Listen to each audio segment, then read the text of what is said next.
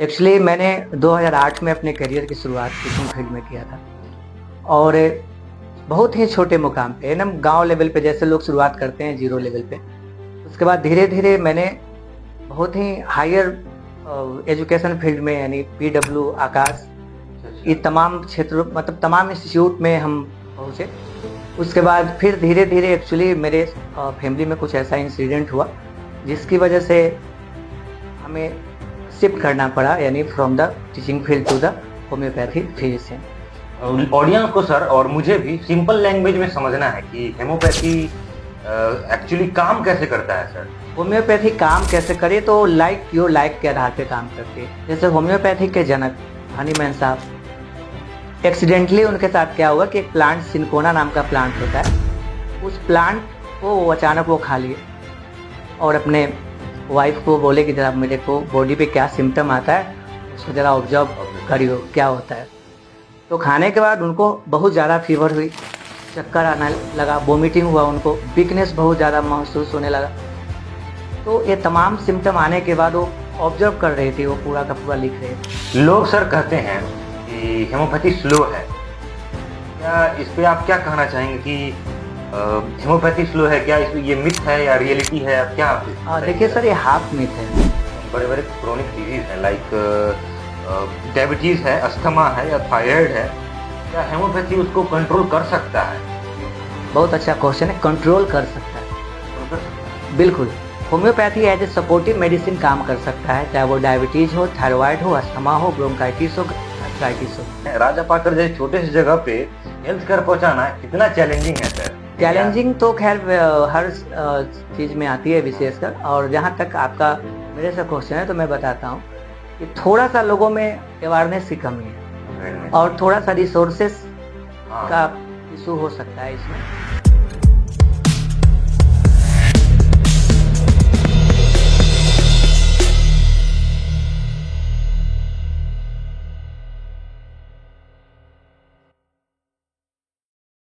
सबसे पहले तो मेरे चैनल को सब्सक्राइब कर लें, क्योंकि ये मुझे मोटिवेट करता है ऐसे ऐसे एजुकेशनल पॉडकास्ट लाने के लिए। तो आज के हमारे एपिसोड के गेस्ट है अविनाश श्रीवास्तव जी, जो कि अपना करियर तो टीचिंग लाइन से स्टार्ट किए हैं, लेकिन ये अब हेमोपैथी लाइन में इतना बढ़िया कर रहे हैं कि मैं क्या बताऊं। अगर आपको भी इनके जीवन से बहुत कुछ सीखना है तो बने रहिए हमारे साथ इस पॉडकास्ट में और एंजॉय कीजिए। तो अपने ऑडियंस को बता दें कि आज हमारे एपिसोड पे एक ऐसे शख्स हैं जिन्होंने अपनी जर्नी तो टीचिंग लाइन से स्टार्ट किया, लेकिन अभी वो हेमोपैथी के फील्ड में क्रांति ला रहे हैं। तो इनकी जो जर्नी थी बहुत ही स्ट्रगल और बहुत ही इंस्पिरेशनल है। तो आज के हमारे एपिसोड के गेस्ट है अविनाश सर, जो कि बहुत ही टैलेंटेड और बहुत ही एक्सपीरियंस हेमोपैथी के डॉक्टर हैं और मतलब बिहार के और बहुत ही रूरल जगह के जो हमारे पेशेंट जो हम आते हैं, जिनको मतलब बहुत गंभीर गंभीर समस्या होती है, उनको वो बहुत ही सिंपल तरीके से, बहुत ही सिंपल डायग्नोसिस बता के इनको बहुत अच्छे से उनका इलाज करते हैं। तो हम चाहते हैं कि आज की पूरा एपिसोड हम सर के साथ रिकॉर्ड करें और आप लोग भी इससे कुछ सीखें, और आसपास में जितने भी बच्चे या जितने भी जो स्टूडेंट हैं जो होम्योपैथी के क्षेत्र में आगे बढ़ना चाहते हैं, उनको इनसे बहुत लाभ मिलेगा। तो चलिए बढ़ते हैं हम क्वेश्चन की तरफ।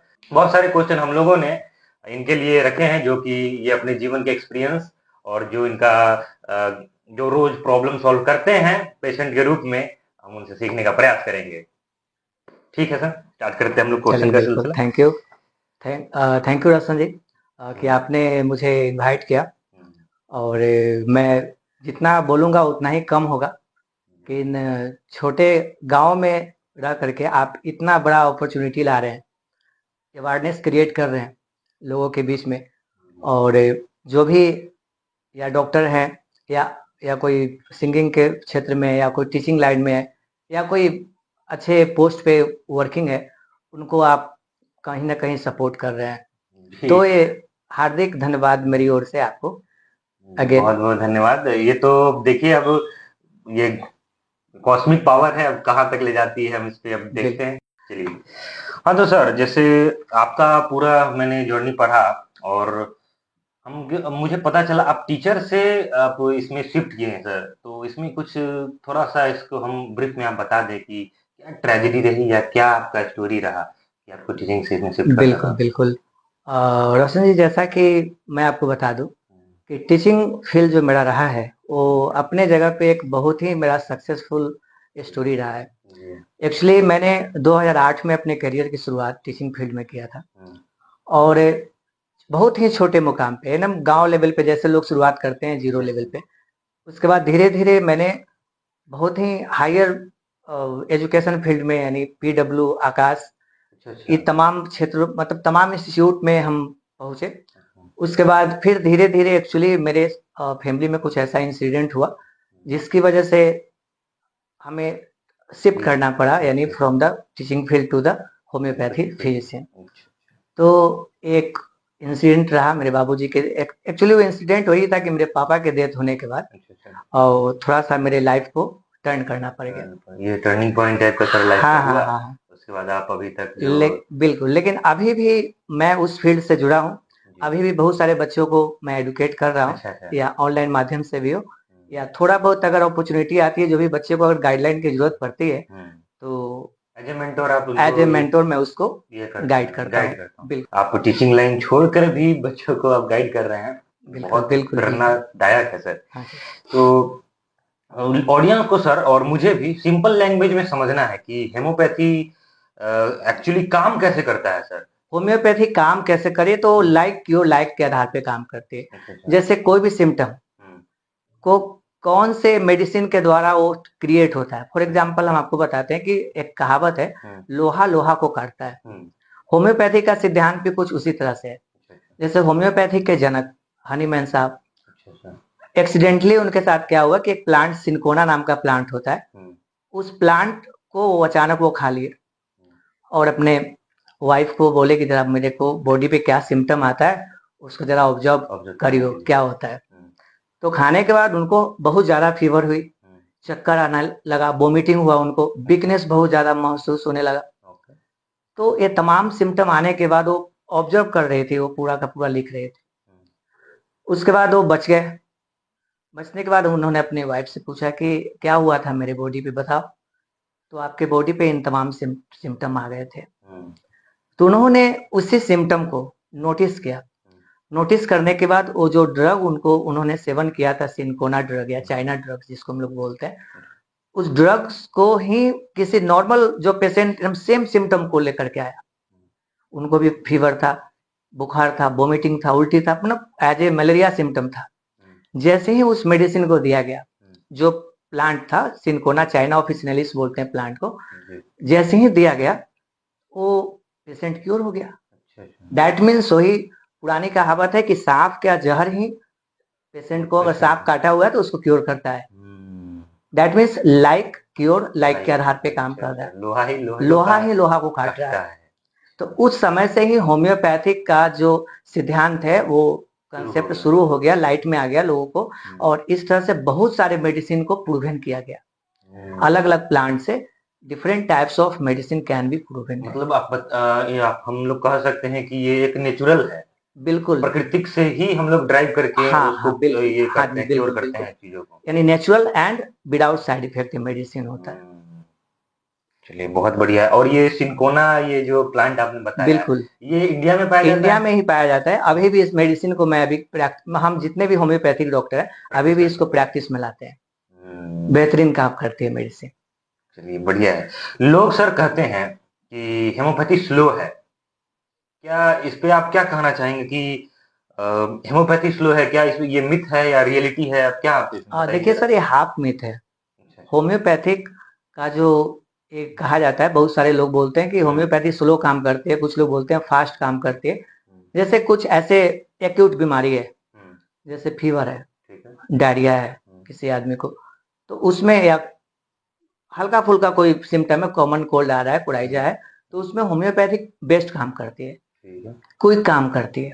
लेकिन अगर कोई पेशेंट है, क्रोनिक पेशेंट है, जैसे अस्थमा है, ट्यूबरकुलोसिस है, ज्वाइंट पेन है, या सीवियर एलर्जी है, तो इन दैट टाइम होम्योपैथिक थोड़ा सा रूट लेवल पे काम करती है, उसको ट्रीटमेंट करने के लिए रूट लेवल पे जाना पड़ता है, तो थोड़ा सा उसमें टाइम टेकिंग होता है, लेकिन हाँ वो जड़ से ही खत्म हो जाता है बीमारी, क्योंकि बाद में हो ही ना इसमें। बिल्कुल बिल्कुल पूरा उसका रूट ही हटा देता है। बिल्कुल, पूरा जड़ से ही उसको खत्म कर दिया जाता है।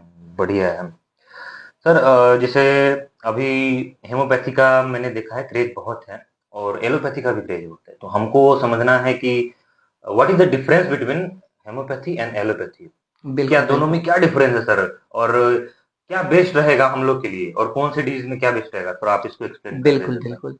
सबसे देखिए, मैं किसी भी पैथी को इग्नोर नहीं कर रहा हूँ या किसी भी पैथी को एक दरकिनार में करके बात नहीं कर रहा हूँ। एक्चुअली हर पैथी का काम करने का जो सिद्धांत है वो अलग अलग है, थोड़ा अलग होता है। चाहे वो होम्योपैथिक हो, चाहे एलोपैथिक हो, चाहे यूनानी हो, चाहे आयुर्वेदा हो, कोई भी टाइप का जो पैथी है वो अलग अलग अपने अपने सिद्धांतों पे काम कर रही है और रिजल्ट देती है। जब जैसा कि आपका क्वेश्चन है कि what is the difference between the allopath and homeopath, तो डियर सर मैं आपको बताना चाहता हूँ, एलोपैथ मेडिसिन वो सिम्टम पे ट्रीट करता है। अच्छा। जैसे सिम्टम को ही डेमोलाइज कर देता है, जैसे आपका कोई सिम्टम आ रहा है तो सिम्टम को ही खत्म करेगा, ना कि रूट लेवल पे वो काम करेगा। जैसे एग्जांपल थोड़ा फॉर एग्जांपल बताते हैं, अगर किसी आदमी को सर में दर्द है या डायरिया है, सपोज दैट मान लीजिए, तो डायरिया है तो बस एक मेडिसिन देना है। अब वो डायरिया किस वजह से है, फूड पॉइजनिंग है या एक्यूट गैस्ट्राइटिस है, ई कोलाई बी कोलाई बढ़ा हुआ है, या इसका अमीबियासिस का केस है, तो there are so many of reasons can be seen here, but in the case of homeopathy directly act on the symptoms and goes to the root level, how to treat the disease by the homeopathy. So it is a major difference how homeopathy is the difference from the allopathy.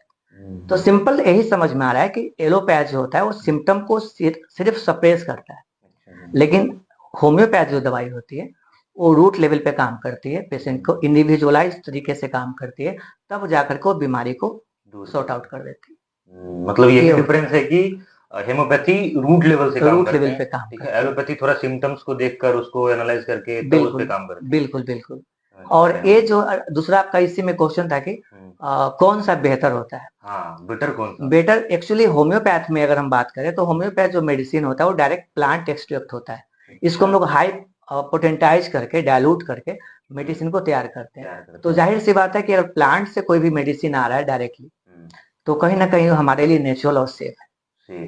तो in future अगर long term भी अगर इसका use किया जाए, for example in chronic case में asthma है, bronchitis है, जो भी प्रॉब्लम है जो क्रोनिक है, तो उसमें इसका साइड इफेक्ट की संभावना बहुत ही जीरो होती है। बहुत ही जीरो होती है कि साइड इफेक्ट होगा ही नहीं, मतलब होगा ही नहीं, 0%, बिल्कुल निग्लिजिबल होता है। बढ़िया है सर। आपका जो मतलब डेली बेसिस पे हमने देखा है कि आपके यहाँ पेशेंट बहुत आते हैं, मैंने देखा है क्राउड भी रहता है, कभी कभी तो बहुत ज्यादा क्राउड रहता है, मैंने ये भी पढ़ा है। तो सर क्या आपको कोई ऐसा मतलब केस अपने आप से शेयर कीजिए जिससे कि जहाँ से जो पेशेंट आपका हो, जो मतलब मैंने आपने कुछ उसको डायग्नोसिस दिया कि ऐसे काम करो, इसको ये करो, कुछ अनबिलीवेबल चेंज आया हो उसके फिर, और उन्होंने अच्छा फीडबैक दिया हो कि हाँ सर आपने ये बताया बहुत अच्छा लगा और ये बहुत अच्छा काम किया मेरे ऊपर, ठीक है। ये कुछ ऐसा कोई केस होगा? ऑफ कोर्स, एक्चुअली केस तो बहुत सारा आते हैं मेरे साथ और बहुत सारे ठीक भी हुए, लेकिन उसमें से एक छोटा सा एग्जांपल, एक पेशेंट थे महानार के, वो मैं ओपन नाम नहीं बताऊंगा, तो बहुत ही सीवियर लेडी थी, उनको प्रॉब्लम था और डॉक्टर ने उनको बोल दिया, हर जगह बड़े ही बड़े डॉक्टर से चेक करा चुके थे, उनको थोड़ा सा फाइब्रॉइड्स का शिकायत था और यूट्रस में फाइब्रॉइड्स जो कि एकदम बंच फॉर्म में था, जो कि उसका हर हाल में ऑपरेशन ही होता है। उस स्थिति में वो मेरे पास आए। एक्चुअली उनका ऑलरेडी ऑपरेशन हो चुका था, 2-4, तो छोटा ऑपरेशन बड़ा ऑपरेशन हो चुका था, लेकिन वो ऑपरेशन से बहुत ज्यादा डरते थे।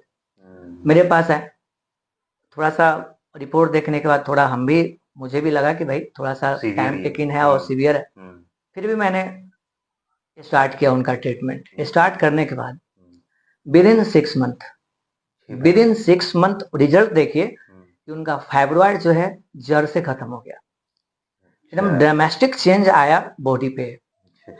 बहुत खुश हुए पेशेंट, बहुत दुआ मिला और बहुत ही I was very happy that time. ये तो है। बहुत आप अगर किसी का जीवन का इतना बड़ा प्रॉब्लम हटा दे रहे हैं जिसकी बिल्कुल वजह से उनका आर्थिक ये हो रहा है, इतना सारा फिजिकली डैमेज हो रहे हैं, आर्थिक रूप से कमजोर हो रहे हैं, मेंटली डिस्प्रेस हो रहे हैं, बिल्कुल आप बिल्कुल उसका इतना करेंगे तो ये दुआ तो आपको बहुत मिलेगा ही बहुत मिलेगा। बहुत अच्छा लगा इस ढंग से। ढेरों सारे पेशेंट का एग्जाम्पल है, जी। लेकिन मैं एक छोटा सा एग्जाम्पल जो काफी मेरे इमोशनल कर देता है, वो एग्जाम्पल मैंने आपको जी, सामने इतना शेयर बड़ा किया। केस था वो, तो बहुत बड़े बड़े डॉक्टर कह रहे थे कि इनको नहीं हो पाएगा, बिल्कुल लेकिन बिल्कुल आपने बिल्कुल होम्योपैथी के युग की ओर से आपने किया। बिल्कुल। और अपने जर्नी में मैंने होम्योपैथी का इसी ढंग से ढेर सारा चमत्कार होते देखा है। बहुत सारे सीवियर केस जो एकदम बेड रेस्ट में, जो आदमी उठ नहीं पा रहा है, उनको डिस्क प्रोलैप्स की प्रॉब्लम है, या अर्थराइटिस का प्रॉब्लम है, हेयर फॉल का प्रॉब्लम है, सीवियर पाइल्स का प्रॉब्लम है, एक्यूट गैस्ट्राइटिस का प्रॉब्लम है, सो many of case homeopathic handle कर सकता है और विदाउट साइड इफेक्ट हैंडल कर सकता है। जरूरत है लोगों में अवेयरनेस की, लोगों में ट्रस्ट बिल्डअप करने की जरूरत है। लोगों को बस ये दिमाग में सेटअप हो चुका है एलोपैथ इज द बेटर, लेकिन लोगों को यह मालूम नहीं है कि एलोपैथ मेडिसिन केवल और केवल सिम्टम को आपको टेम्पोररी क्या करती है, वो दबा देती है। टेम्पोररी वो लगता है जैसे एक कुछ समय के लिए हटा देगा, हटा देती लेकिन फिर तो आ सकती है फिर ना। आ सकती है वो। ये तो कोई ये नहीं है, चांस नहीं है कि वो परमानेंटली हट जाए, बिल्कुल जो कोई कि चांस हेमोपैथी नहीं है, हमें परमानेंट सॉल्यूशन देता है। परमानेंट सॉल्यूशन होता है। जी, मैं समझ पा रहा हूँ। तो इसी पे सर एक कुछ बीच-बीच में हम लोग करते हैं कि मेरा भी बाल सफ़ेद है सर, आप देख सकते हैं। यस तो यस अगर कोई ऑडियंस हमारे हैं कि ऐसे अगर बाल सफ़ेद की प्रॉब्लम से ये कर रहे हैं, तो क्या ये ब्लैक हो सकता है आगे चल के कुछ जैसे हेमोपैथ की ऐसे आप अगर बताना चाहें तो? बिल्कुल बिल्कुल हो सकता है, थोड़ा बिल्कुल हो बताएँ सकता है। Step by step? एक्चुअली बाल सफेद होना, जी, उसके रूट कॉज क्या है, क्यों ऐसा हो रहा है, अगर हम लोग उसके रूट कॉज को देखें, जी। उस पे ट्रीटमेंट करें। देखिए एक्चुअली मेडिसिन जो होता है ना, इंडिविजुअल टू इंडिविजुअल वेरी करता है। अच्छा, अच्छा। होम्योपैथी जो होता है वो एक्चुअली पूरा मेंटल सिम्टम, उसका फिजिकल सिम्टम, उस पे देखा जाता है कि क्या उसका पीछे क्या रीजन है। उसको पूरे अच्छे से ऑब्जर्व और एनालिसिस करने के बाद अगर प्रॉपर ढंग से जो सिलेक्टेड मेडिसिन को अगर पेशेंट को दिया जाए, सिलेक्टेड मेडिसिन को पेशेंट को दिया जाए, तो 110% मैं गारंटी के साथ कह रहा हूँ कि वो क्योर होगा। थोड़ा भले ही टाइम लगेगा, लेकिन क्योर होगा। थोड़ा सा मॉनिटरिंग करने की जरूरत होती है, प्रिकॉशन लेने की जरूरत होती है, लेकिन ठीक हो जाता है, क्योंकि बिगिनिंग स्टेट में तो और जल्दी रिकवरी का चांस रहता है। लेकिन अगर वो थोड़ा सा फाइनल स्टेज पे पहुंचता है तो थोड़ा सा स्लो काम होते, लेकिन वो ठीक होता है, थोड़ा टाइम लगता है, थोड़ा सा टाइम लगता है, लेकिन ठीक होता है। तो हमारा ये जो बाल सफेद वाला था, तो बिल्कुल। ये भी ऐसे ही चलेगा कि थोड़ा हाँ इस पे थोड़ा सा क्या-क्या प्रिकॉशन आदमी करे कि प्रिकॉशन एक्चुअली बहुत सारा रीजन हो सकता है एक्चुअली बाल सफेद के लिए। एक्चुअली सबसे बड़ा मेजर रीजन होता है पेट का ट्रबल। अगर आपको गैस्ट्रिक पेशेंट है या कंस्टिपेशन है आपको, इसमें जो भी है, या आपका थोड़ा सा न्यूट्रिशनल लेवल आपके बॉडी का डाउन है, तो ये सारे कारण है बाल के पकने का। थोड़ा बहुत अभी रिसर्च में देखा गया है कि जेनेटिक भी हो सकता है, जेनेटिक भी होता है, बाल्डनेस होना या हेयर फॉल होना या आपका सफेद बाल होना, ये आपका जेनेटिक भी अभी रिसर्च में देखा गया है। एक एक मुझे अभी एक अचानक क्वेश्चन आया है कि आपने ट्राया का नाम सुना है? ट्राया जो बाल के ये करती है, क्योर करती है, ट्राया कोई कंपनी है ना? कंपनी है, हाँ। अच्छा। जो बाल को बताती है कि हम नेचुरल तरीके से उसको करते हैं। अच्छा। ये आयुर्वेदिक दवा बताती है ओके अपने आपको। अभी ने कभी सुना? मैंने नहीं सुना है नहीं एक्चुअली। सुना है? हाँ। अच्छा, अच्छा। तो जब मैं कॉलेज टाइम में था तो मेरे कुछ दोस्त वगैरह लोग यूज करते थे, क्योंकि वहाँ पे थोड़ा वाटर ना, जैसे बिहार के लेवल का वाटर वहाँ पे थोड़ा साउथ इंडिया में थोड़ा पानी थोड़ा हार्ड था। हार्ड वाटर के कारण जो है बाल झड़ने लगे थे जल्दी जल्दी। बहुत सारे लोग यूज किए थे वहाँ पे ट्राया। ओके, तो कैसा रिजल्ट था?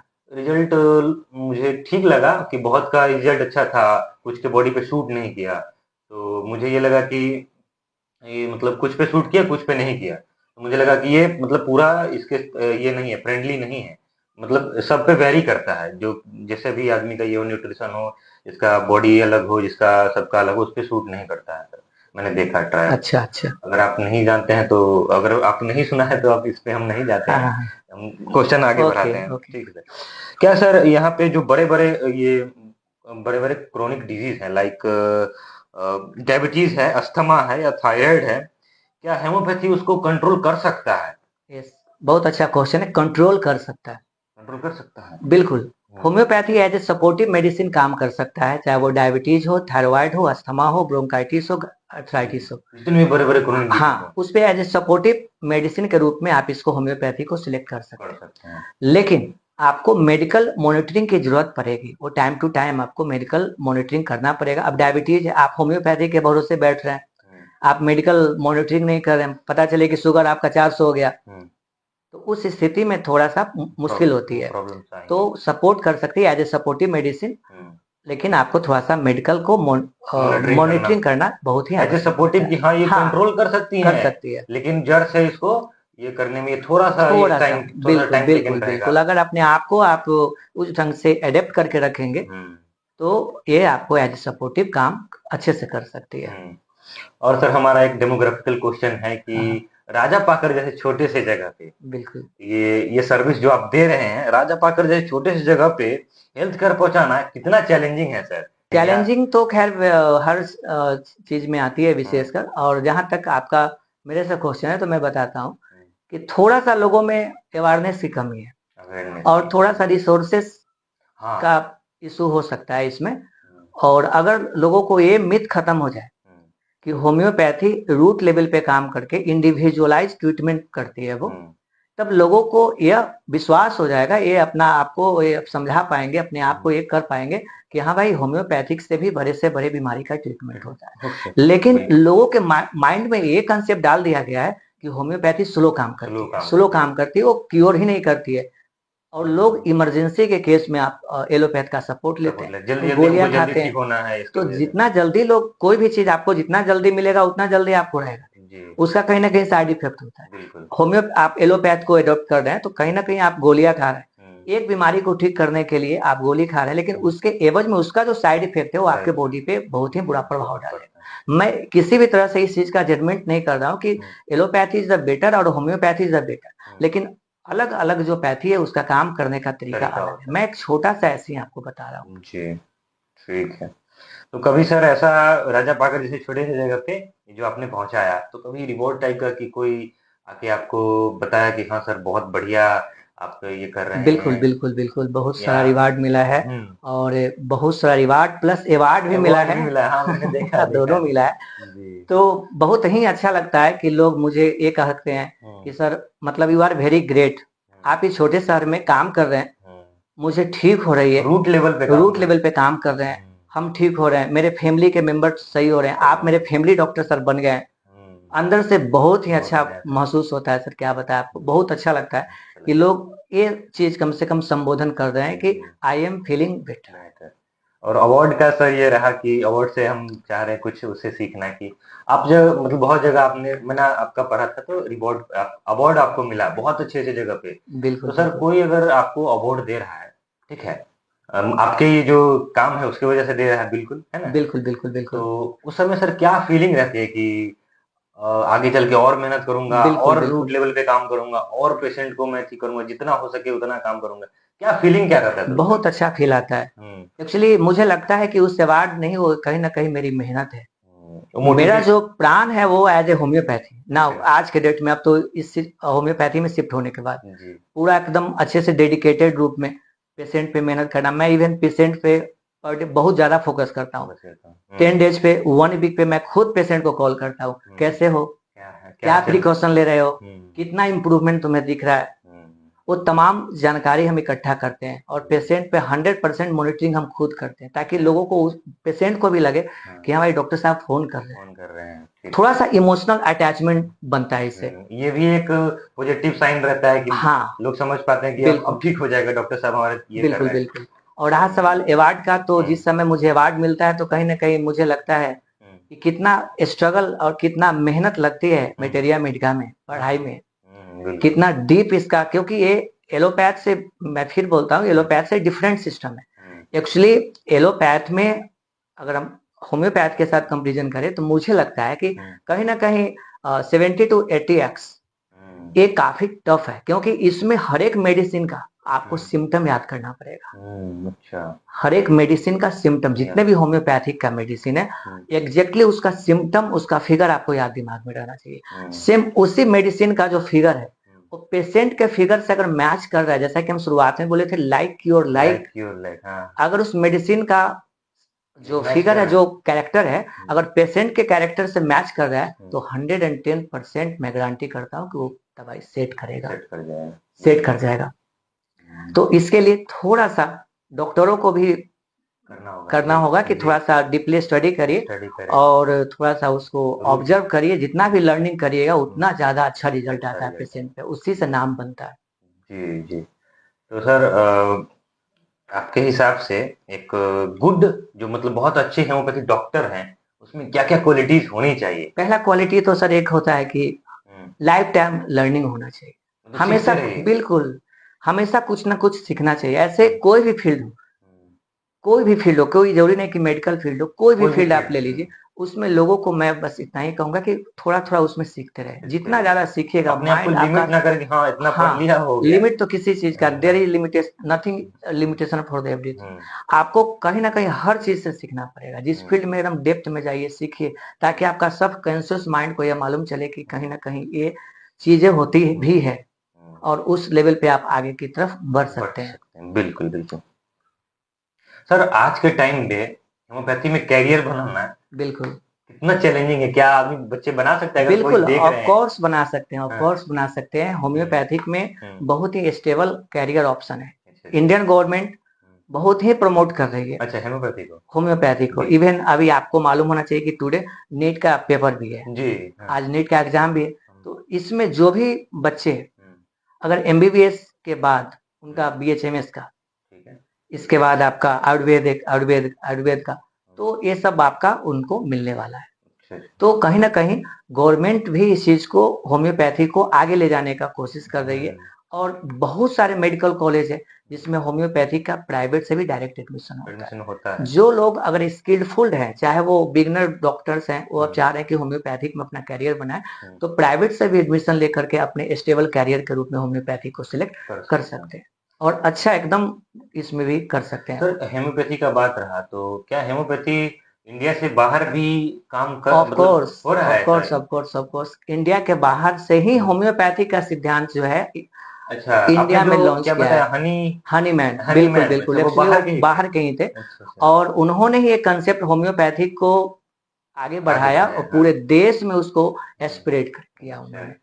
तो तहे दिल से नमन है सर को। जी हमारा भी, क्योंकि बहुत सारा मतलब पेशेंट को ठीक कर रहे हैं हमारे इंडिया के, क्योंकि बहुत कम ये पैसे में और बहुत अच्छा बिल्कुल बिल्कुल। Homeopath, father of homeopathy India में। सर अगर कोई ये करना चाहे तो इंडिया में ये कितना चैलेंजिंग रहेगा कोई स्टूडेंट करना चाहे? देखिए एक्चुअली होम्योपैथिक के फील्ड में ज्यादा चैलेंजिंग तो मैं नहीं देख रहा हूँ जितना कि एमबीबीएस में। अच्छा एमबीबीएस के रेस्पेक्ट में होम्योपैथिक में कैरियर ऑप्शन भी बहुत सारा है। आप उसको आसानी से अब इसमें एडेप्ट कर सकते हैं, एडजस्ट कर सकते हैं। क्या सर एक प्रोफेशनली जो है इसका बीएचएमएस का कोर्स होता है, लेकिन अभी तो इंडिया में ये चल रही है कि अगर आप जब तक नीट क्वालिफाई नहीं होंगे तब तक आपका रैंक वाइज सिलेक्शन होता है। चाहे आपको एमबीबीएस मिलना है, डेंटल मिलना है, होम्योपैथ मिलना है, वेटनरी मिलना है, एग्रीकल्चर में जाना है, वो रैंक वाइज डिसाइड होता है कि क्या आपको मिलना है। बिल्कुल बिल्कुल। तो जैसा रैंक रहेगा तो आपको प्राइवेट कॉलेज, गवर्नमेंट कॉलेज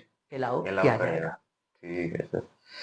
आपके पेशेंट से मिला हुआ सबसे इमोशनल मेमोरीज हमको ये बताइए हमारे ऑडियंस को, कि कोई इमोशनल कि उस समय आप भावुक हो गए? बहुत बहुत ऐसा इमोशनल मेमोरी है सर मेरे साथ जुड़ा हुआ। एक्चुअली एक पेशेंट थे, एक्चुअली कहना नहीं चाहिए लेकिन बहुत ही पुअर फैमिली थे, बहुत ही मतलब आर्थिक रूप से थोड़ा सा था, लेकिन प्रॉब्लम थोड़ा सा सीवियर उनको था। ट्यूबरकुलोसिस का शिकायत थी उनकी। उन्होंने मेरे पास विजिट किया, मैंने उनका ट्रीटमेंट किया। एक्चुअली उनके पास ये भी नहीं था कि जो मैं उनको डायग्नोस्टिक लिखा हूँ, टेस्ट लिखा हूँ, वो भी करवा पाए। मैंने खुद एक्चुअली कहते हुए थोड़ा सा हम सहम रहे हैं, लेकिन फिर भी आपको ये चीज बताते हैं। उन्होंने जो सिम्टम बताए, जो अपने बॉडी पे जो गुजर रहा था उनको, उन्होंने सब चीज शेयर किया। मैंने खुद उनका डायग्नोज करा करके जब ट्रीटमेंट किया, जो कि एट ए लास्ट पोजीशन था टीबी का, अच्छा अच्छा। और जब वो मेडिसिन लेने के बाद इवन मैं मेडिसिन को उनके दरवाजे तक जाकर के भी पहुंचाता था, क्योंकि उनके पास कोई ये भी नहीं था कि मेडिसिन को ले यहाँ से लेकर के, हाँ, आने जाने का, कि भाई मेडिसिन डॉक्टर साहब से लेकर के पहुंचाना है, तो मैं खुद जाता था पहुंचाने के लिए।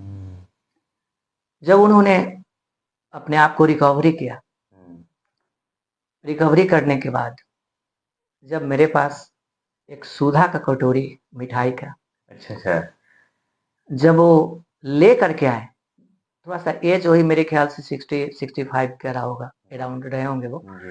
तो मतलब वो बोले कि डॉक्टर साहब, हम तो अपने जीवन में भगवान को नहीं देखे, लेकिन मुझे लगता है कि कहीं ना कहीं आप भगवान का साक्षात रूप है। मैंने प्रणाम किया, मैंने भगवान बोले कि भगवान, हम लोग भी भगवान के भरोसे ही चलते हैं। Doctor is not God. Doctor क्या है? तो as a medicator, form of God, not God. मैंने भगवान को प्रणाम करते हुए बोला कि सब प्रभु का आशीर्वाद है, बिल्कुल, जो आप क्योर हुए। भगवान ये चाहते थे कि डॉक्टर अविनाश से जाकर के आप मिलिए, शायद वहाँ इलाज आपका संभव हो जाए। जी, बस आप तो माध्यम हम थे। तो एक माध्यम थे। जी।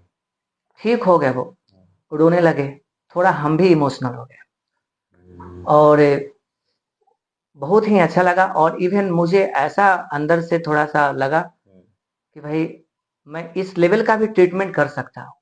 और ऐसे पेशेंट को ट्रीट मैंने बहुत सारे लोगों को किया, बहुत सारे पेशेंट को किया, जिससे मुझे इंटरनल जो मोटिवेशन होता है, वो कॉन्फिडेंस जो होता है ना, वो बहुत बहुत जागृत हो गया। और बहुत ही मुझे अब लगा कि नहीं भाई, ये दुआ और दवा दोनों एक साथ मिल रही है, आशीर्वाद मिल रहा है। तो मेरे ख्याल से this is the best option for the me as a career of homeopathy. ये आपको बहुत आगे तक ले बहुत जाएगा, आगे तक, क्योंकि दुआ रहेगा, इतना सारे लोगों का एक पॉजिटिव वाइब्स शेयर होते रहेंगे, समझ रहे हैं? बिल्कुल बिल्कुल बिल्कुल। अगर आपको सर एक मैसेज देना हो उन लोगों को जो होम्योपैथी को सीरियसली नहीं लेते हैं, आप क्या कहेंगे सर उनको? मैं तो बस यही कहूंगा कि होम्योपैथी को सीरियस लीजिए, क्योंकि ये नेचुरल और सेफ मेडिसिन है।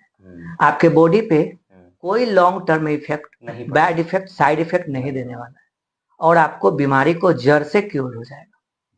एलोपैथ के रेस्पेक्ट में, एलोपैथ के में होता क्या है कि फिर से बोलता हूँ कि अगर आप किडनी स्टोन को ठीक करने के लिए मेडिसिन खा रहे हैं, तो हो सकता है कि आपको गैस्ट्राइटिस हो जाए, बाल झड़ने लगे, साइड इफेक्ट कुछ भी आ सकता है, पाइल्स का शिकायत आ सकता है, क्योंकि वो केमिकल बेस्ड होता है। लेकिन ये जो होता है ना, प्लांट बेस्ड मेडिसिन होता है, नेचुरल होता है, सेफ होता है, एकदम फुल्ली इफेक्टिव मेडिसिन होता है। तो आप किसी भी मिथ को तोड़िए और अवेयरनेस लाइए, और होम्योपैथी का सेफ और सुरक्षित मेडिसिन आप अपने किसी भी बीमारी को ठीक करने में यूज करिए। लेकिन हाँ, आपको एक एक्सपीरियंस और स्किलफुल डॉक्टर से मिलना है, ना कि आप यूट्यूब देख रहे हैं और आप मेडिसिन ले रहे हैं, तो होम्योपैथिक थोड़ा सा सही नहीं करेगा, आप काम ही नहीं करेगा। क्योंकि पहले ही बोल रहा हूँ कि लाइक क्योर लाइक पे वो सिस्टम काम करती है। जी, आपने शुरुआत में बताया।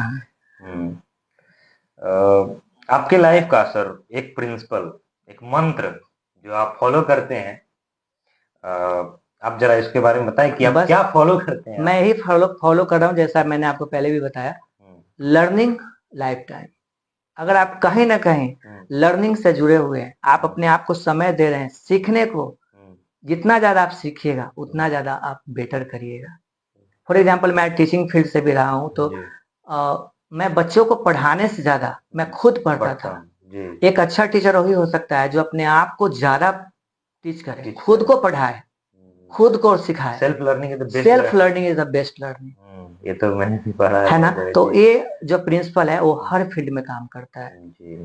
तो वो पूरा का पूरा लर्निंग सिस्टम रखना चाहिए। उसके बाद एक्सपीरियंस लेना चाहिए, धीरे धीरे एक्सपीरियंस लेना चाहिए। आप जो डेली बेसिस पे काम कर रहे हैं, हाँ, वही आपका एक्सपीरियंस बिल्कुल, और उसको तरह तरह के प्रॉब्लम्स आप सॉल्व कर रहे हैं। बिल्कुल, और उसको जो उसका जो डिसीजन निकला, उसका जो निष्कर्ष निकल रहा है ना, उसको आपको माइंड में रखना होगा। जैसे कोई अच्छा एक्सपीरियंस आपके पास आया, सेम कंडीशन फिर आपके पास आया, तो फिर आप तारा गिन रहे हैं कि भाई वो कौन सा मेडिसिन होगा, वो कौन सा होगा। तो उससे कहीं ना कहीं आपको सीखने की जरूरत होती है। एक्सपीरियंस ही आपको केस में मैंने ये मेडिसिन यूज किया था, हाँ जी, अभी भी यही क्योर करेगा, अभी क्योर करेगा, श्योर बिल्कुल। तो ये जरूरत होता है। तो बहुत बहुत धन्यवाद सर, आप हमारे इस थैंक यू। चैनल पे आए और हमारे ऑडियंस को मेडिकल और हेमोपैथी का एक बहुत ही शानदार अपने ज्ञान दिया, आपने बहुत अच्छा इस पे हमारे ऑडियंस का शेयर किए, इसके लिए बहुत बहुत धन्यवाद सर। बिल्कुल बिल्कुल, सभी लोगों को मैं तहे दिल से प्रणाम कर रहा हूँ।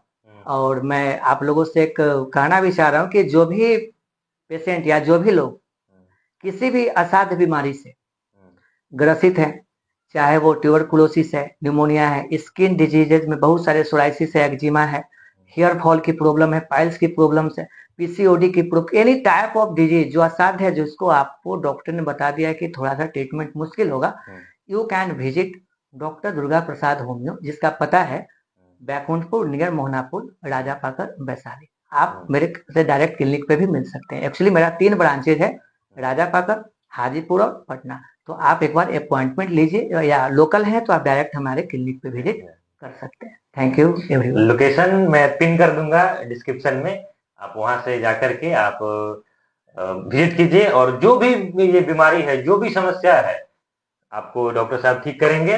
और बहुत बहुत धन्यवाद सर। Thank you. आप थैंक यू। Thank you. यहाँ तक बने रहने के लिए बहुत बहुत धन्यवाद। अगर आपको भी ये पॉडकास्ट एजुकेशनल और इंस्पिरेशनल लगा हो तो हमारे इस चैनल को ज्यादा से ज्यादा सब्सक्राइब करें। तो आप अपने उस दोस्तों को अवश्य शेयर करें जो हेमोपैथी में अपना करियर बनाना चाहते हैं। बहुत बहुत धन्यवाद।